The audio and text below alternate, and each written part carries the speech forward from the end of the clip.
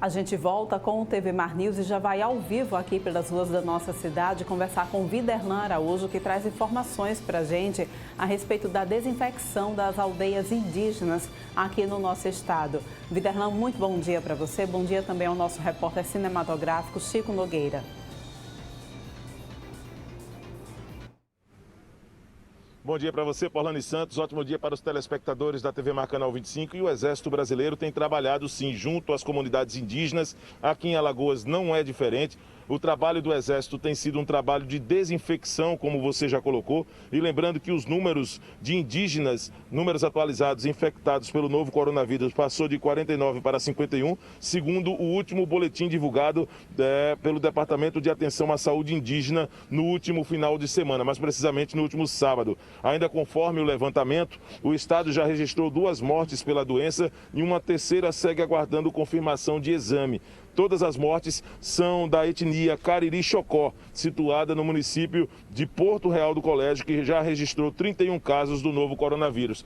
Vamos falar um pouco dessas ações que o Exército Brasileiro tem desenvolvido, até porque hoje o nosso convidado é o Coronel Gadelha, comandante do 59º Batalhão de Infantaria Motorizada. Coronel, muito obrigado, inclusive, por nos receber aqui dentro desse espaço do Exército Brasileiro. Gostaria que você falasse como é que tem sido o trabalho do Exército junto às comunidades indígenas. Bom dia. Bom dia. Então nós estamos há mais de 3 meses nessa operação de combate ao novo coronavírus. E uma das nossas atividades é a atividade de desinfecção. Então há mais de 3 meses o nosso pessoal foi capacitado. Então temos mais de 30 militares capacitados nesse tipo de atividade. Esse pessoal usa o equipamento de proteção individual adequado, que é o EPI. Então são pessoas preparadas para isso. Essa atividade de desinfecção nós inicialmente começamos aqui na capital, em Maceió. A partir de Maceió, estendemos para Rio Largo e Marechal Deodoro, depois para outras cidades no interior aqui do estado e atualmente, após uma solicitação da Secretaria Especial de Saúde Indígena, estamos também realizando esse trabalho de desinfecção em diversas aldeias indígenas do estado de Alagoas. Essa solicitação foi justamente devido a esse aumento dos casos de coronavírus nessas aldeias do nosso estado. Quais os principais problemas que os soldados, as pessoas envolvidas no corpo do Exército têm encontrado ao chegar nessas comunidades, nesses povos, Coronel? Nós temos um trabalho já, formatado, o que nós fazemos, né? Nós fazemos a desinfecção nas áreas externas, nas áreas mais amplas e também na área interna. Nós usamos aí um produto à base de cloro, água sanitária misturado com água, uma medida certa para realizar a desinfecção. E eu lembro que além da desinfecção, nessa operação de combate ao novo coronavírus, que chamamos de Operação Covid-19, nós temos realizado também diversos apoios em prol da sociedade alagoana. Um apoio que nós temos realizado, que é o apoio à vacinação contra H1N1. Então essa vacinação já ocorreu a primeira, a segunda e a terceira fase, que inclusive está previsto para ser encerrada na data de hoje. Outro apoio também muito positivo para a sociedade foi o apoio na logística, na distribuição de cestas básicas. Então nós realizamos um apoio à Secretaria Municipal de Assistência Social no transporte de mais de 500 toneladas de cestas básicas da cidade de Arapiraca aqui para Maceió. Certo. Fizemos também um apoio às comunidades indígenas na distribuição de cestas básicas, foram mais de 60 toneladas. E essa semana apoiamos a Cruz Vermelha, também entregando um carregamento de equipamento de proteção individual, medicamentos e outros materiais para a Cruz Vermelha, totalizando mais de 7 toneladas. Esse material veio do Rio de Janeiro e chegando aqui em Maceió realizamos essa distribuição. Bom, Coronel, só uma última colocação a respeito dos números e das atividades que o Exército tem desenvolvido, além dos povos indígenas. Como é que tem sido também? Então, diariamente nós atendemos os diversos pedidos que nos têm chegado. A nossa limitação é a nossa capacidade logística. Então, além da parte do apoio logístico nessas cestas básicas, temos realizado esse apoio à Secretaria Municipal de Saúde na vacinação e também temos realizado a desinfecção. Muito obrigado, então, ao Coronel Gadelha. Lembrando que estamos aqui no Exército Brasileiro, trazendo todos os detalhes da participação do Exército junto a outros órgãos ligados ao governo também e que tem como intuito essa linha de desinfecção e combate ao Covid-19. Lembrando que o trabalho está sendo desenvolvido de uma maneira eficaz. Os números são considerados números satisfatórios dentro de um planejamento, Coronel, que você colocou aqui no início da entrevista para esse procedimento? Com certeza. Se você olhar só nessa parte de apoio logístico, são mais de 600 toneladas de alimentos que apoiamos na distribuição. Quando a gente vai para a parte de desinfecção, foram quase 200 lugares que nós realizamos a desinfecção. Inclusive, no dia de hoje, estamos realizando a desinfecção do nosso aeroporto. Então, a partir do mês de julho, o aeroporto vai retornar às suas atividades normais e estamos hoje realizando a desinfecção de modo a tranquilizar a população que for utilizar as suas instalações. Muito obrigado. Coronel Gadelha, ele que é comandante do 59º Batalhão de Infantaria Motorizada por Orlando Santos, trazendo todos os detalhes. Estamos ao vivo na programação da TV Mar e voltamos ainda hoje com outras informações. É com você.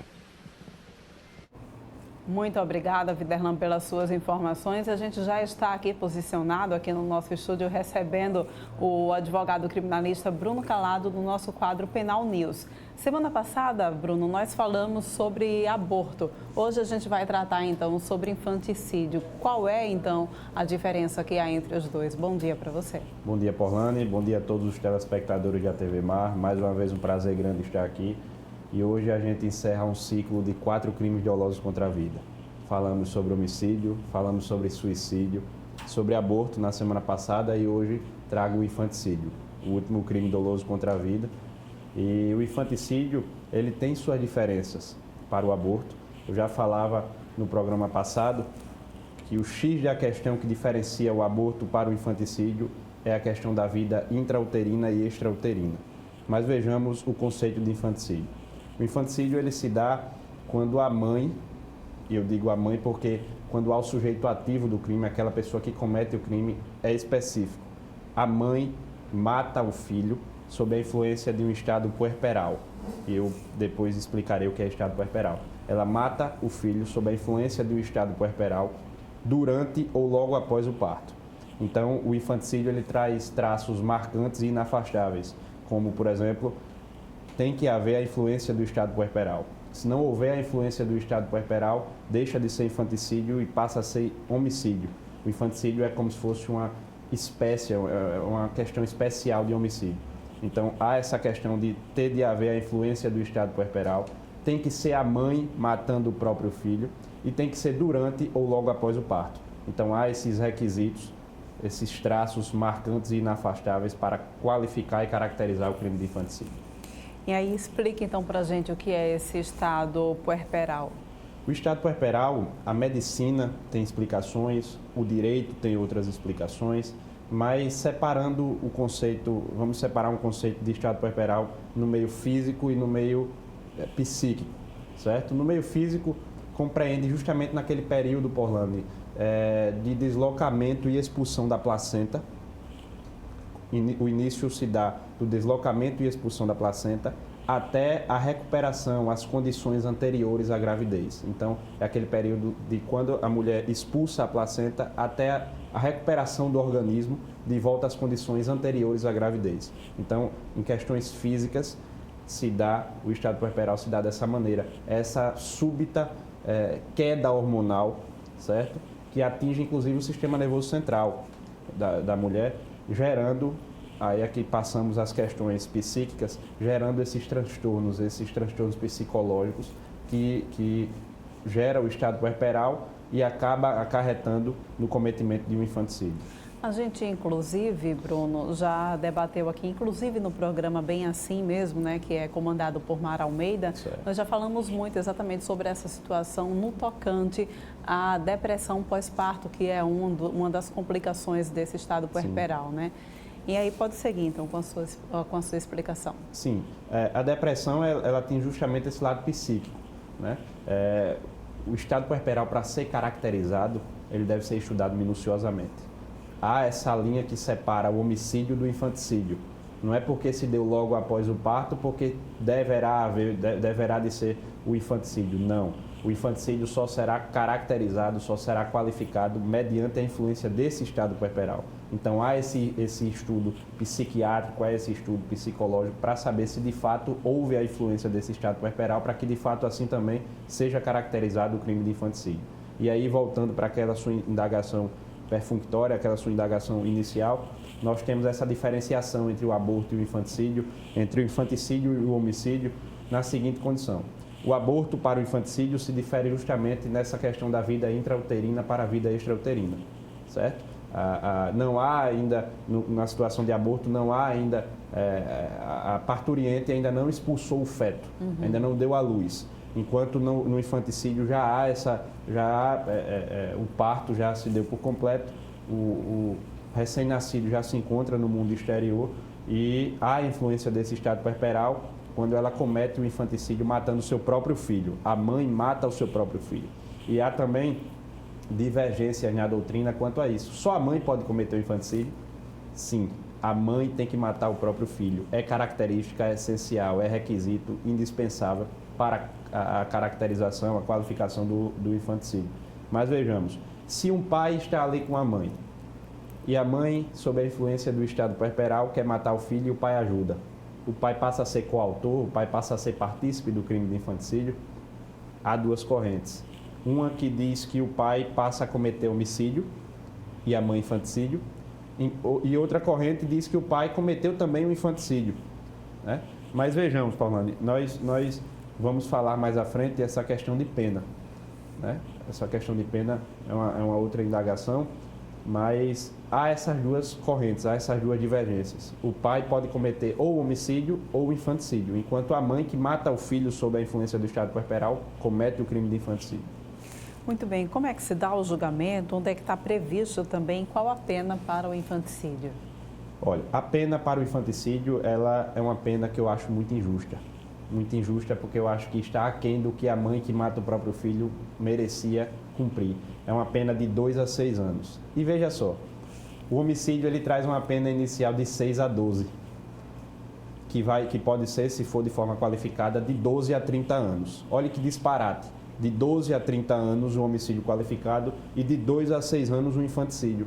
Nós temos basicamente o mesmo crime, nós temos uma vida ceifada. É até mais grave você ceifar a vida de uma criança que não tem meios de defesa, não tem chances de viver, que está ali para ser morta logo após o parto ou durante o parto. Então é muito mais sério, é muito mais grave. E o legislador, à época, botou um disparate como esse, de 2 a 6 anos a pena para o infanticídio, de 12 a 30 pode chegar a pena para o homicídio, é a maior pena prevista para o Código Penal. Está previsto no artigo 123 do Código Penal brasileiro. Vem essa sequência, o homicídio no artigo 121, o suicídio no 122, o aborto no 124. Vem essa sequência dos crimes dolosos contra a vida. E são julgados perante o Tribunal do Júri. Como eu já havia dito quando falei de Tribunal do Júri aqui outrora, muitas pessoas pensam que só quem vai a júri são pessoas que cometem homicídio, mas não. Pessoas que cometem os 4 crimes dolosos contra a vida são submetidas ao julgamento perante o Tribunal do Júri. Homicídio, participação em suicídio, aborto e infanticídio. E aí eu trago uma problemática, Paulane, fica inclusive aqui registrada como uma crítica minha, que é uma proposta do CNJ para realizar e implementar o júri virtual. Veja que absurdo. Nós temos a maneira mais democrática de julgamento, que é o julgamento perante o Tribunal do Júri, e o CNJ propõe uma maneira virtual de realização do júri. Veja, o júri ele é composto ao princípio da ampla defesa, que rege o processo, né? Mas há o princípio da plenitude de defesa, que é um princípio muito mais abrangente. O júri você pode fazer de tudo para defender o seu cliente, para defender o réu, inclusive a clemência. A clemência é aquela tese quando há geralmente uma confissão, quando não há elementos materiais para a defesa que venha a caracterizar a inocência ou uma legítima defesa, e aí nós partimos para a clemência, que é a piedade, é o perdão. Como é que nós iríamos esboçar, nós da defesa, iríamos através do princípio da plenitude de defesa esboçar um clamor, esboçar, né? Arrancar daqueles 7 jurados uma piedade, um perdão, como é que seria isso virtualmente? É impossível. É um ferimento direto ao princípio da plenitude de defesa. Pois é, uma questão de fato, né, deve ser levada em consideração. Bruno, e eu agora queria pedir para que você, né, como sempre, como já é aqui tradição da gente, ao final da sua participação no tocante ao direito penal, você sempre traz a tua poesia. Isso. E eu queria que você pudesse hoje recitar. Isso, Polane. Pouco antes de entrarmos no ar, nós estávamos falando sobre o coronavírus, sobre essas famílias que estão ainda sendo dilaceradas, com mortes, sem poder se despedir de forma digna. E eu trouxe uma poesia chamada Desafio, porque esse momento é de desafio. É de desafio financeiro, é de desafio emocional, é de desafio de saudades. Então, tudo vem sendo um desafio. E ontem eu escrevi essa poesia que ela diz assim: lutar pelo que se quer, ultrapassando a barreira do enfado, peitando o que der e vier, na incessante marcha do pouco ao bocado. Insistir no que é necessário, prosseguir no que lhe é certo, derrotando o adversário em meio à solidão de um deserto. Quanto maior ele for, maior será o prazer da conquista. Para vencer tem que ter rigor e não abrir mão dessa característica. De onde partir até onde chegar, lançar o objetivo, o desejo, depois ter coragem para encarar e assim desfrutar do ensejo. O desafio tem que ser enfrentado. Percorrendo um caminho árduo, não há nada melhor que ser recompensado e, por fim, se sentir realizado com o propósito alcançado.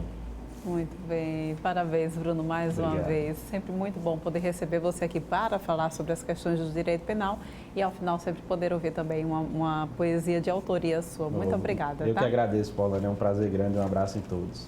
A gente vai agora para um rápido intervalo, mas volta daqui a pouquinho trazendo mais informações para vocês.